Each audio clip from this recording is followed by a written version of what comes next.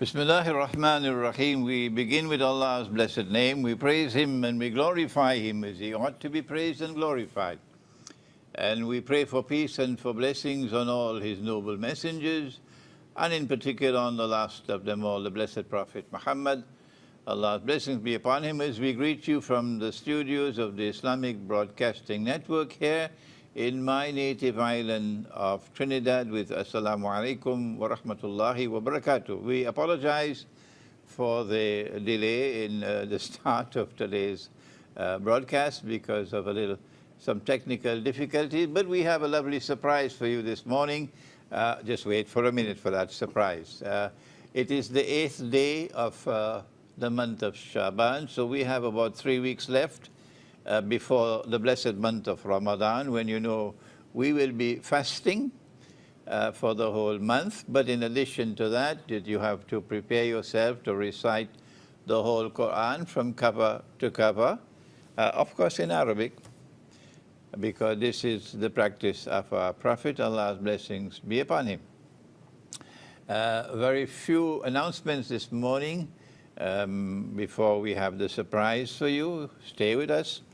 And that is that number one, I gave my telephone number only for those here in Trinidad who wanted to contact me. But I'm getting calls from abroad. Please don't call me from abroad. Send me an email. Number two, the offer of autograph complete sets of my books, we can no longer take any more orders. If you send your orders now, you'll have to be put in line, and when I come back from my travels in September, inshallah, we can then attend to your orders. So no more orders for complete sets of books. Please remember, if you are in London or around London, that we have the launch of my new book, Constantinople in the Quran, and Constantinople has come back to center stage now. Yes, Constantinople has come back to center stage in the affairs of the world. And my book, by Allah's kindness, has come out at the very correct time. It's the first time anybody, I believe, has written on the subject of Constantinople in the Quran. And we are going to launch that book in London on the 27th of April. Do please register for that program and invite our Orthodox Christian brothers. There are so many of them in London to come and attend. And then the next day, 28th, we're going to be, there you are, there's the book on the screen. On the 28th, we're going to be in Birmingham. And then there are 2 more lectures in London. You'll find the information on my YouTube channel. And then we have the month of Ramadan, where I will be having no lectures. But after Ramadan, if you're in Malaysia, look for the confirmation of lectures at Masjid Umar ibn al-Khattab in Damansara Heights and Masjid al-Ihsan in Subang Jaya, and maybe 1 or 2 more lectures. This will be immediately after Eid al-Fitr, or what you call Hari Raya. And then after that, we'll be in Indonesia for 1 week. I intend to visit Jambar, so from Surabaya to Jambar. And then we go to Iran for 1 week. And then if you are in Belgium, good news for you, we're coming to Belgium, inshallah. Today, we have a wonderful surprise. I am very excited. I want to introduce you to a distinguished scholar. He's also Trinidadian like myself, born in Trinidad. We are fortunate to be born in this island, a blessed island of Trinidad. And we're just 9 miles away from Venezuela. Venezuela, which is at the center of the stage of the world today. I want to introduce you to Dr. Kirk Meighoo. I had an interview with him, but we used my laptop, and the quality was not good at all, and IBN refused to broadcast that. So IBN has said, come and do it here at the studio, and today we have Dr. Meighoo. Dr. Meighoo, welcome to IBN, and welcome to the viewing audience here in Trinidad, and also welcome to all those around the world who eventually view this session. Well, thank you very much. Assalamu alaikum to you and also to your viewers. It's a pleasure to be here. It was a great, we only met over the internet, was it a month ago? Not even a month ago, perhaps? Yeah. And there's definitely a connection there. Dr. Meighoo traveled a long road on the road of religion, but now Dr. Meighoo is firmly happy in the Hindu religion, but yet he greets me with Assalamu alaikum, which is a very good sign. And we are going to have an interview today. This is live. And next week, it'll be recorded and it'll be broadcast next week. I won't be with you here next week, so it'll be a pre-recorded broadcast. And then after that, I'll be traveling. So Dr. Meighoo, welcome once again. And we are now ready to start our program. Thank you. Well, there are so many things to talk about and how I discovered you through my own research. And we had a really great conversation online. And instead of trying to replicate it, because there were some moments there that we just cannot replicate, I want to take, I suppose, what I've learned, perhaps what we've learned together from each other, and explore it further. And to get into deeper questions of epistemology. Now, epistemology, for people who don't know in the audience, it's sort of the science of knowing, or the philosophy of knowledge. Where does knowledge come from? Well, how do you know what is true and what is not true? How do you know what is real and what is not real? And you definitely are coming from a perspective that is not the same as mine in terms of, I don't come from an Islamic eschatological perspective. In fact, I didn't even know about one, and I don't know the details of it. But in doing my research, when you go on YouTube, on Google, in the things I was looking for, I kept coming across your research, and I found you were doing research and coming to the same conclusions as myself, or similar, and then you were going more in depth in some areas, and I just found it fascinating. It seemed like we were on the same path. But could you explain to me, to the audience, about Islamic eschatology, about the way you have understood the reasoning behind history then? Dr. Meighoo, I am happy that we begin our conversation with this subject, because any Hindu who is viewing this program, any Christian who is viewing this program, would know that he has the same thing that we as Muslims have in epistemology. And epistemology, or that branch of knowledge which studies knowledge and the sources of knowledge, epistemology is an integral, a strategically important and indispensable part of eschatology. And eschatology is normally defined as the branch of knowledge which studies the signs of the last day. But I, as a student of international relations, I have redefined it, and I call it that branch of religious knowledge which offers a roadmap to the end of history. Now back to epistemology, or the branch of knowledge which studies knowledge. My Hindu brother, who is a scholar, would say that we see with two eyes, not with one. My Christian brother would say the same thing. We see with two eyes and not with one. The Buddhist would say the same thing. The Jew will emphatically insist that the Muslim says the same thing that he says. The Quran speaks about those who have eyes and yet cannot see. They're usually politicians. they have eyes and they can't see. They have ears and they can't hear. They have hearts and they don't understand. They're just like cattle. Meaning that there is an epistemology out there known as the secular epistemology. I prefer to call a spade a spade. It's the godless epistemology. And that is that knowledge comes only from external observation, experimentation, and rational inquiry. If knowledge comes from any other source, it belongs to Disneyland, or in Trinidad we call it the Labas. But we say something else in the religious way of life. The Hindu will agree with me. The Christian, the Jew, the Buddhist will agree with me that in addition to knowledge which is externally acquired, there's that knowledge which is internally received. Usually received through something called a lovely word in the English language, absolutely lovely. It's a combination of the word in and the word sight, insight. And this knowledge which comes to us, which is received internally, is a gift from above.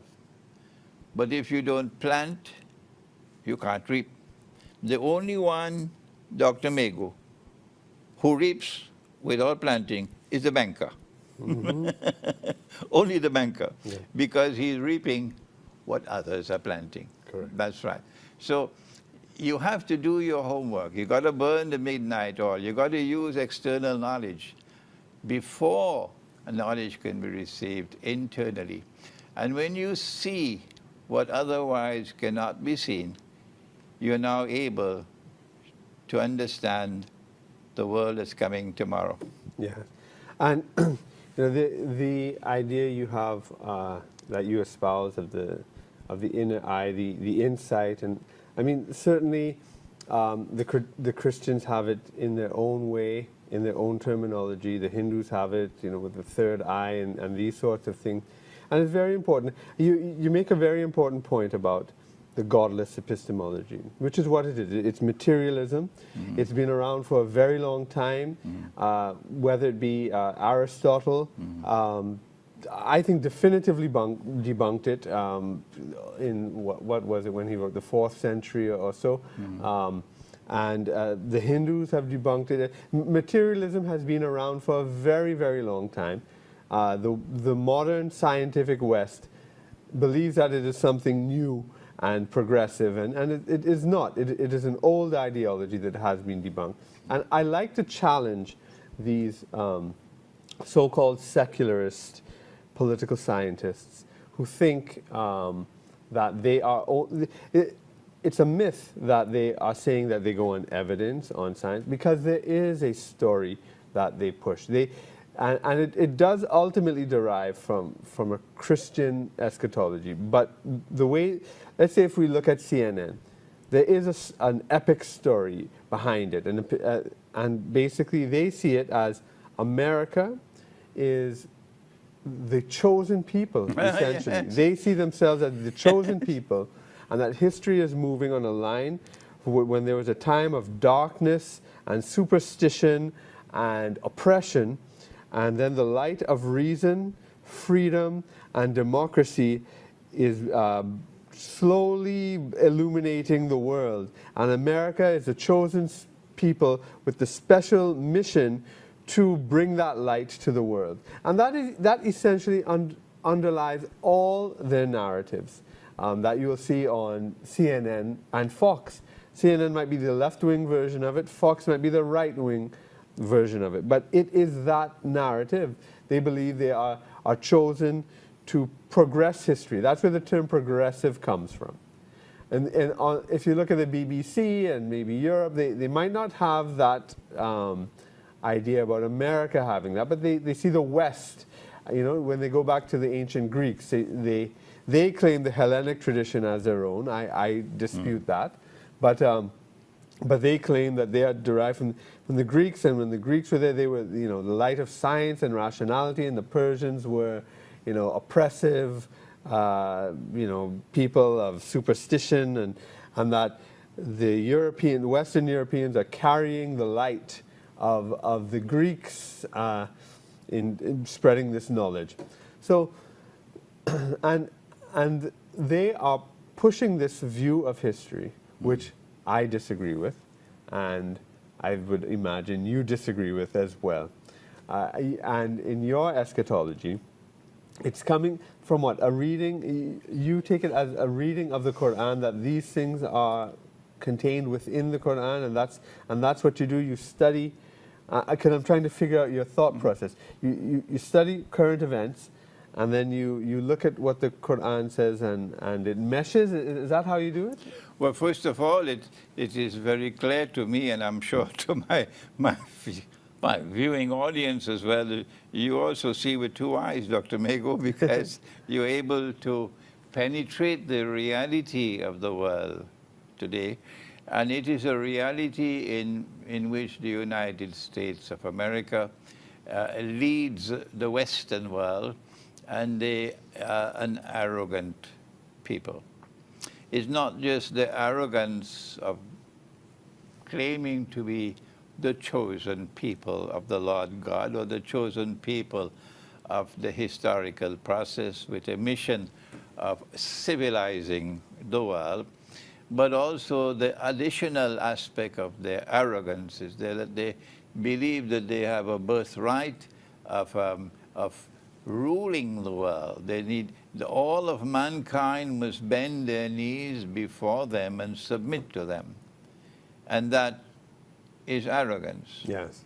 And we see the evidence of this, and I'm sure you want to explore this, but and our listening audience and viewing audience are going to be fascinated by this encounter between political science and eschatology. I don't think it has ever happened before, certainly not in my lifetime. So if you're in India and you're viewing this, if you're in Bangladesh or in Indonesia, in Malaysia or in Pakistan, and you're viewing this, you're going to be fascinated by this encounter between political scientists and an eschatologist, and it can only happen in Trinidad. It can only happen in Trinidad. You know, I want to say that even in the American situation that we're talking about, the position of America, I believe that the founding fathers of America, their vision has been betrayed, that they explicitly were against the idea of building an American empire. The state that the United States finds itself in of permanent war was not something that they supported at all. Congress was supposed to authorize any military intervention and war, which has not been done since World War II in the United States. So there has been a process of subversion, and I believe that the true authentic spirit of the United States has been stifled and muffled by the State Department, by forces that within the United States, there are people who recognize that government are against them, the people of the United States as well, and that forces that have taken over the United States foreign policy is against the spirit of the United States itself, because I do believe that they do have they had a positive role to play at one time in history, and that there is a battle within the United States as well to try to change that. Well, I want to deepen the discussion now to suggest to you that there are systemic forces at work in which you see the state being taken for a ride, and hidden forces within the state taking over the state. And there are anti-systemic forces at work in the world today. And whenever you see a state or a people who refuse to bend their knees to the oppressors of the world, these are called the rogue states. This is the anti-systemic force in the world. And at the heart of this is Israel. Because when you bend your knees to the West, you're actually bending your knees to the Zionist Jewish state of Israel. And when you refuse to bend your knee, they consider you to be a threat. Mm-hmm. And so from our eschatological perspective, and this is in my book, which I wrote 20 years ago, my bestseller, Jerusalem in the Quran, the heart of international relations today, and for the last few centuries, is the status of the Holy Land. They don't call it the Holy Land, They call it Israel, and others call it Palestine, but in the Quran it is referred to as the Holy Land. That the Lord God had established a model state in the Holy Land and had caused that holy state to become a ruling state in the world under the rulership of the prophets, kings, David, Nabi Dawood alayhi salam, and Solomon, Nabi Sulaiman alayhi salam. And that holy state collapsed immediately after Solomon died, and that's another story, an interesting story in the Quran. And history cannot end without that holy state being revived, restored, and once again ruling the world. The Jew believes that, the Christian believes that, the Muslim believes that. I am not familiar with Hindu eschatology. I'm not familiar with Buddhist eschatology, but you got homework to do that. Maybe you should do that. But the Christian and the Muslim share something which the Jew does not share with us, and that is that before the true Messiah returns, that is Jesus, the son of Mary, the Virgin Mary, to rule the world from that holy state in Jerusalem, before that happens, history cannot end without that happening. Before that happens, that there'll be an impostor who would seek to impersonate the true Messiah. And this messianic interpretation of the historical process and the end of history, this messianic interpretation explains what is happening today, that the Western world is acting on behalf of that impostor. That the state of Israel, which has today been restored after 2,000 years, is an impostor state. The Christian and the Muslim both agree with that. It is an oppressor state. And history is ending with a division between those who stand with the oppressor. And Dr. Meighoo, it is so sad for me to say that the present government of India is betraying the Hindu religion and standing with the oppressor. Those who stand with the oppressor and support the oppressor in Venezuela to try to overthrow that government, in Russia because Russia refuses to bend its knee, in China because China refuses to bend its knee, in Iran because Iran refuses to bend its knee, in Korea because Korea refuses to bend its knee. They all constitute now one force in international relations, or in the language of Islam, they're one Jamaat. Well, you know, you mentioned the India situation, the India election is going on right now. And it's very interesting that the Prime Minister of Pakistan, Imran Khan, had made a statement that he believes that Modi winning the elections would advance the peace process between India and Pakistan and settling the Jammu and Kashmir question and moving towards greater peace. I found that a very interesting statement. I agree with it, in fact. I think the last time when the BJP were in power with Vajpayee, more progress was made than any time, and I believe Imran Khan made that same point. But you perhaps disagree with that? Well, Imran Khan, or I call him the captain of the team, probably has information that I don't have. I recognize the present Indian government to be a warmongering government. And what happened in, I don't know if it's called Pulwana or something. Yes. Yeah. What happened nowadays has all the footprints of a false flag act of terrorism. And if forces had not intervened in between, we might have had the war already. I don't think this is what the Hindu people of India want. I don't think they want war with Pakistan, no. But this is precisely what Israel wants. Israel wants war because Pakistan is a nuclear power, and they do not want any Muslim country to be a nuclear power because they perceive that to be a threat to Israel. But if there is to be, and I'm happy that you raised the subject of peaceful relations between India and Pakistan, it has to be peaceful relations between Islam and Hinduism. Yes. Because that's the heart. the heart of the subject.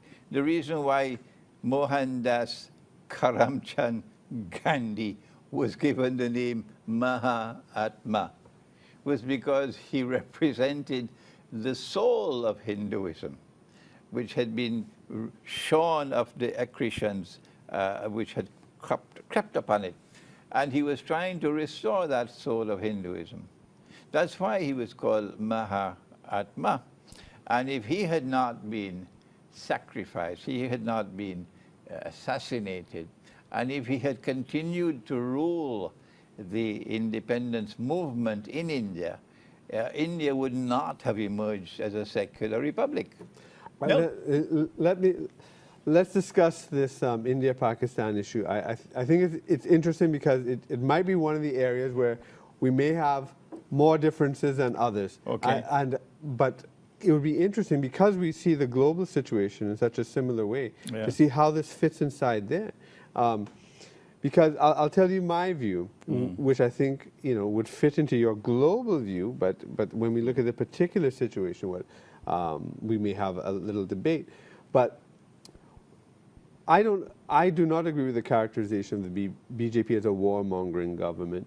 I believe the attack that was made in Pakistan in retaliation for. Now you are saying it's a false flag, and so that would change up the whole thing. Yeah. But if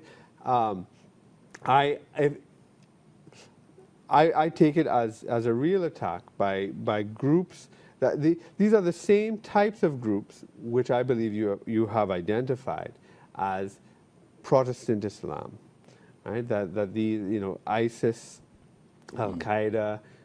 These terrorist groups that have been using the name of Islam to not only kill their fellow Muslims, but other people as well, and launching these attacks, and that the ISI in Pakistan, I'm sure you're familiar with the discourse of that the ISI has, I think, subverted, I don't know if to say, I won't say Islam itself, but certainly they have a control in the Pakistani state in the way that the deep state in the United States has a control over the United States, which makes people then misunderstand the real human beings below, and we confuse the things going on in the state, both within Pakistan and the United States. But we're talking about Pakistan at the moment. Because my view is that the division between Pakistan and India is part of a longer issue of dividing up the subcontinent. As you may be aware that India right now is the third largest economy in the world when measured by PPP, which is not often noted, but it is the third largest. It's China, the United States, and India. South Asia, meaning Nepal, Bangladesh, Bhutan, Sri Lanka, Pakistan, I can't remember their total GDP, but they've been growing at 7.1% per year. It's a very important economic region in the world, but they are the least integrated of all areas in the world. It's 20% cheaper for India to do business with Brazil than it is to do with Pakistan. Right? That division of the subcontinent has resulted in an economic impoverishment, which started with the East India Company. I know we're getting into these long things, but we have to make these connections. It started with when the East India Company came in and was propped up the Mughals as they were falling apart, and then they took over the Mughals, and then the Maratha Empire and the Vijayanagar Empire were also taken out, and the Hyderabad Sultanate and so forth. And the East India Company deindustrialized India, looted the wealth. Well, one interesting thing that Shashi Tharoor, the Indian politician, has noted is that under the Mughals, India actually industrialized, and the economic base was not destroyed. As what the East India Company, because India was 25% of the world's manufacturing.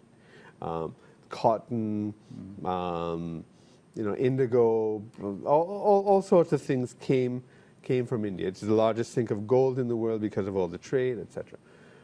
Now, so this is part of a very long process that is going on. And so I see it as part of a division of the subcontinent that is being perpetuated by the same forces you're talking about. And that there has, and that these small little groups being funded and supported by the ISI is part of this divide and rule strategy. What's your response to that? Well, we certainly differ now on the Pulwana attack because I see the same footprints of Israel's, the Mossad's false flag terrorist attacks around the world. It's been proliferating for a long, long time. Mm-hmm. And the strategic relationship, in fact, the alliance between Israel and the present government of India is something which cannot be denied. Yes, and I am denied, yes. I am uneasy with that, definitely. I used to call Pakistan the American Republic of Pakistan. Exactly. I used to call them that. And I used to say it was shameful, it was disgraceful, that these are your brothers here in Afghanistan, your own brothers, and you allow NATO to pass through the territory of Pakistan. I don't know how many US dollars you receive for that, so your sons and daughters could study in American universities, and you could have a house, a mansion in Los Angeles and in Miami, and you sell out the Pakistani people. Mm. I denounced them for that all these years. NATO being allowed to pass all through Pakistan to go and kill the innocent Afghan people. Mm-hmm. But I recognize that Imran Khan was an honest cricketer. Mm-hmm. He played the game honestly. Yes. He was a good captain. And I said to myself, it's better to have an honest cricketer as a politician than these crooks who were there before him. Mm-hmm. And so I give Imran the credit of being someone who is honest as a cricketer and as a politician. And he has announced that the government of Pakistan, I don't think he's lying, I have no need to doubt him, that they examined, they searched for evidence, and they found no evidence of what the Indian government was claiming as the responsibility for the attack in India, which killed so many Indian officers. I never laughed at the dead. It's forbidden. I simply laughed at what I considered to be yet another false flag act of terrorism. Now, if there is to be peace between Hindus and Muslims, I have said this to you before, and I'm repeating it again today. If I were a Hindu, I would hate Islam. It may be a surprise for a Hindu to hear that. Mm-hmm. And when he hears why, he would agree with me. But Muslims need to wake up.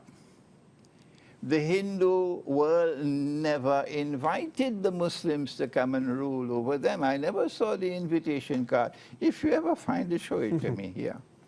So Islam came to India as an imperialist power. And part of the credentials of a scholar is to show integrity, to call a spade a spade. I am not preaching Islam to please the people, least of all the Pakistani people or the Indian people. I preach to please the Lord God, and therefore I have to be faithful to the truth. And so a scholar has to show integrity and call a spade, regardless of the price he has to pay. Mm-hmm.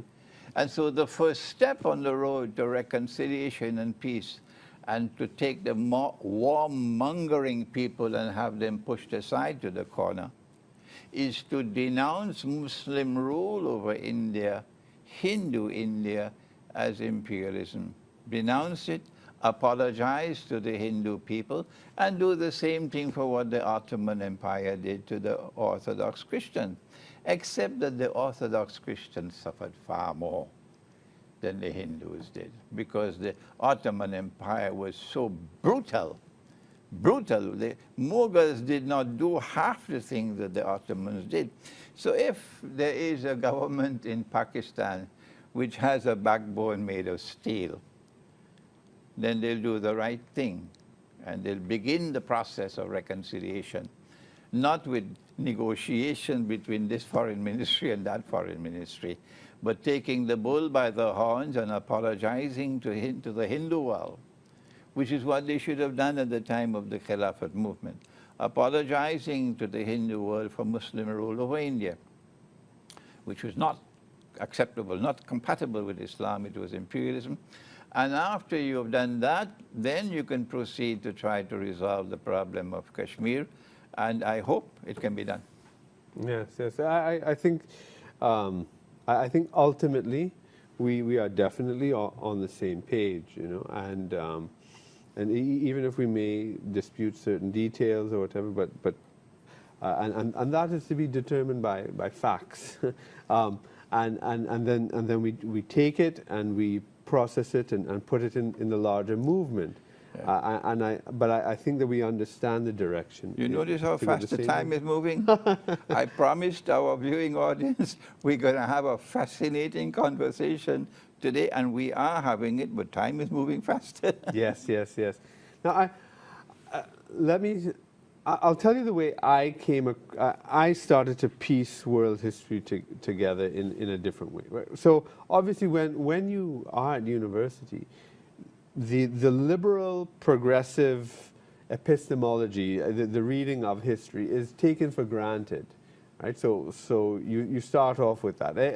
That's the taken for granted thing in the Western world, the Western education system, which we have and which I've been part of, and so forth.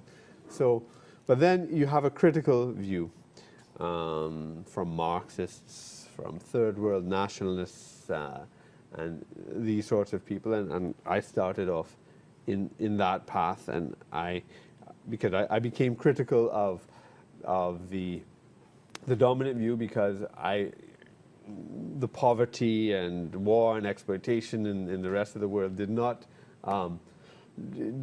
square with the dominant narrative, right? That about progress of the West leading the world to a better place. And so as I was exploring those issues, I came across through various things an idea of the world system having a 5,000-year-old history that is connected, where it started off with Mesopotamia, Egypt, and the Indus Valley civilizations, and then China, about 5,000 years ago, with the circulation. Cowrie shells is, in fact, the first global currency. I'm not sure if you're aware of that. And Maldives was the source of the world's cowrie shells. And it was in currency right up to the time of slavery. And I find it sad.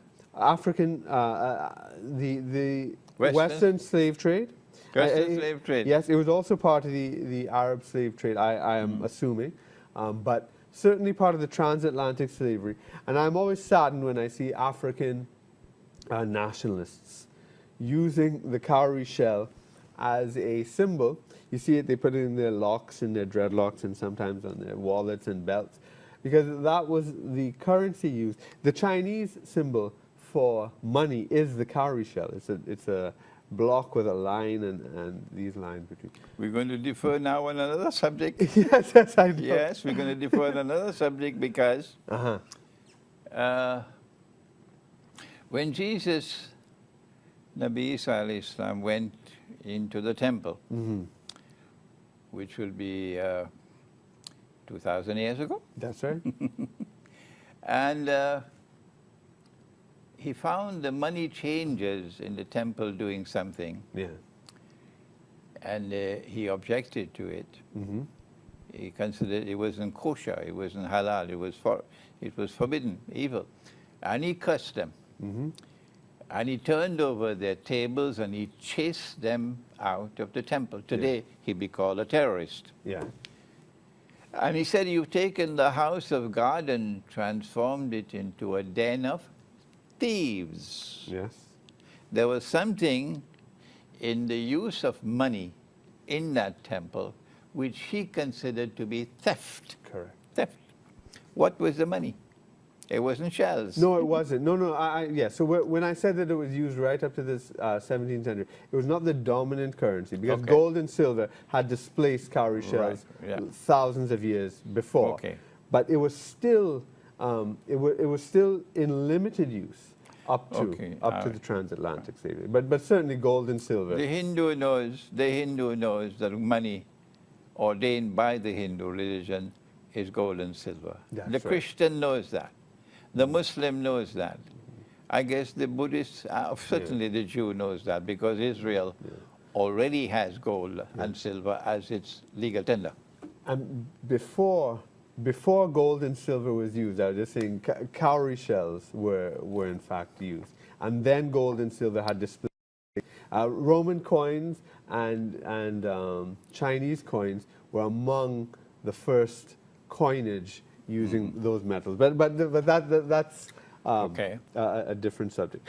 But it's related in the sense that it shows the ancient nature of the global economy. That's the main point Okay. I want to talk about. The world systems. Yes, the world system, and that still exists, the circulation of money, and it has been expanding until the Europeans were brought into it late, and it was through the Spanish acquisition of the New World territories where they got all this gold, and they were finally able to give something to the Chinese and Indians and be part of it. So there have been people who have been trying to manipulate this world economy. And it has been actually very deliberate and conscious in many ways. And it's only among a tiny group of people who understand that this world economy even exists in the first place. Because most people don't even think on that level. And as I started to explore that is how I came on understanding the growth of empires, the fall of empires, the flow of money, the flow of goods and services, and how it's all connected in the long view. And that is how I came across you, because it seemed like your research was following the exact same logic. So I'd just like your comment on that. Yeah, the very same thing you were saying to me, Dr. Kirk Meighoo, and you are a political scientist. I got an email from a Swiss scholar. His name was Piero San Giorgio. I don't know whether he listened to this broadcast. And he wrote a book on preparing for economic collapse. And he said to me, Sheikh, I can't understand. I'm a secular economist. You are a Muslim eschatologist. How can we come to the same conclusions? And then eventually he became my friend. We had a joint seminar in Geneva a few years ago. The fact is that truth is one. That's right. There's only one truth.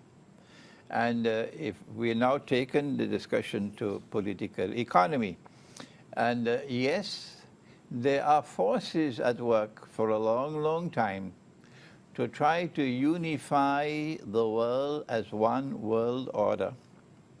And Pax Britannica did not emerge dropping from the sky. It was part and parcel of the plan of one world order, so that eventually all of mankind will be united in one world under one world government, one central bank and one currency. Immanuel Wallerstein does not have an eschatology.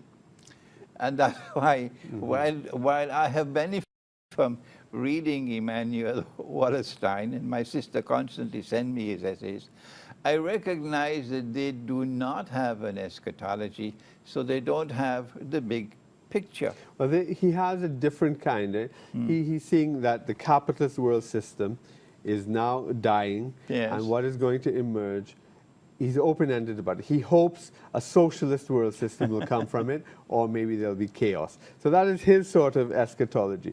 But they do have one. They don't admit it and they don't understand it, but they have one. Okay. Well, when we speak of eschatology, we talk about religion. That's right. A branch of religious knowledge, yes. And our view is that the disappearance of gold and silver as money is part and part of the process of enslaving mankind. What's your response?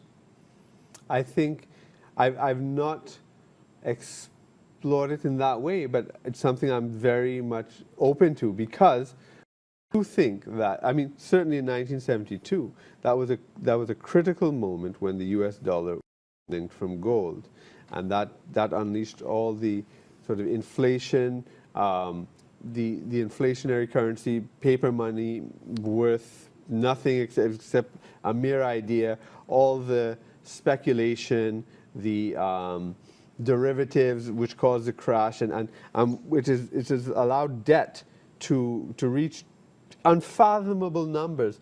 You cannot count to 1 billion. A person cannot count to 1 billion in his lifetime. And now we're reaching trillions. These are beyond human human capacity, and it is unpayable debt we are saddled with in the world, and there's going to be a crash, and it's going to have, and in all this there are tremendous manipulations of wealth. So I suppose I see it in that way, but I didn't articulate it in that way. Okay, we got only 5 minutes left now. If we are to conclude with a very important agreement, and that is that the modern political economy is designed to enslave the world. Yeah. And the enslavement of the world is on Israel's behalf. Those who are allies of Israel are on the side of the oppressor, on the wrong side of history. Those who stand up against the oppressor are on the right side of history. And therefore, Venezuela is on the right side of history. And those who are trying to put a Guaido onto Venezuela, a regime change in Venezuela on behalf of the United States of America, you have to forgive me. Sometimes my anger gets too much of me. I call them puppy dogs of the Yankees. Yeah. Right. Puppy dogs of the Yankees, yeah. We have to recognize that there's a new slavery coming upon the world. Politics is a part of it. Economics is a part of it. Therefore, political economy is important. And money is a part of it, Absolutely. the monetary system. And we have to try to find a way and means to get out of this Guantanamo, this monetary Guantanamo that's coming with only cryptocurrencies and bitcoins and eventually one central bank and one currency for all the world. How do we get out of that? Now, Bitcoin, I understand your critique of Bitcoin, and it does make sense. But I've also understood Bitcoin in terms of its move away from central control. You know, its move away from central banks, its move away from governments. And yet, I see a fundamental contradiction, because you need the computer system and the internet and all that for it to work. So, and who is going to be controlling the internet? And especially now that the internet is going to be fragmenting, you know, China has been building up theirs, Russia is now building up theirs, because the internet now is being recognized. It's recognized by these countries that it has been used as a tool for spying and control of flow of information and all these sorts of things. So I think that the idea behind the cryptocurrency of being free from central banks and government is actually liberating. But that might be an illusion because of the computer systems on which it's based. We got 2 minutes left. I think every Hindu viewing this program, if he's not already buying gold and silver coins or gold and silver bars and bullion, keeping them safe, will start to do it now. Every Christian viewing this program, If you've not been buying gold and silver coins or bullion or bars and keeping them safe, you should start doing it now, and every Muslim should do the same thing. This is the first response we have. It's a micro response, I know, but it's better than nothing. Yes, yes. And in this second, I know we're out of time, so I would just like to say in the second program, what I think would be interesting to explore is, because you talk about the state of Israel, and it's a very sensitive topic, especially in the West, and all the anti-Semitism charges and all these things, I think that we could explore that, because people would think of it, well, you're a Muslim, you're instinctively anti-Semitic and anti-Jew, but I don't think that that's where you're coming from, and I think that it's something we could explore. If a Jew stands up against the oppressor, he is my brother. If a Hindu stands up against the oppressor, he is my brother. We are now out of time for today. We're going to now record for next week. I won't be here with you next week, but we have a pre-recorded session which will be a continuation of today's very, very interesting and fascinating conversation between myself and my guest, Dr. Kirk Meighoo, the Sciences. And thank you. Wassalamu alaikum wa rahmatullahi wa barakatuh.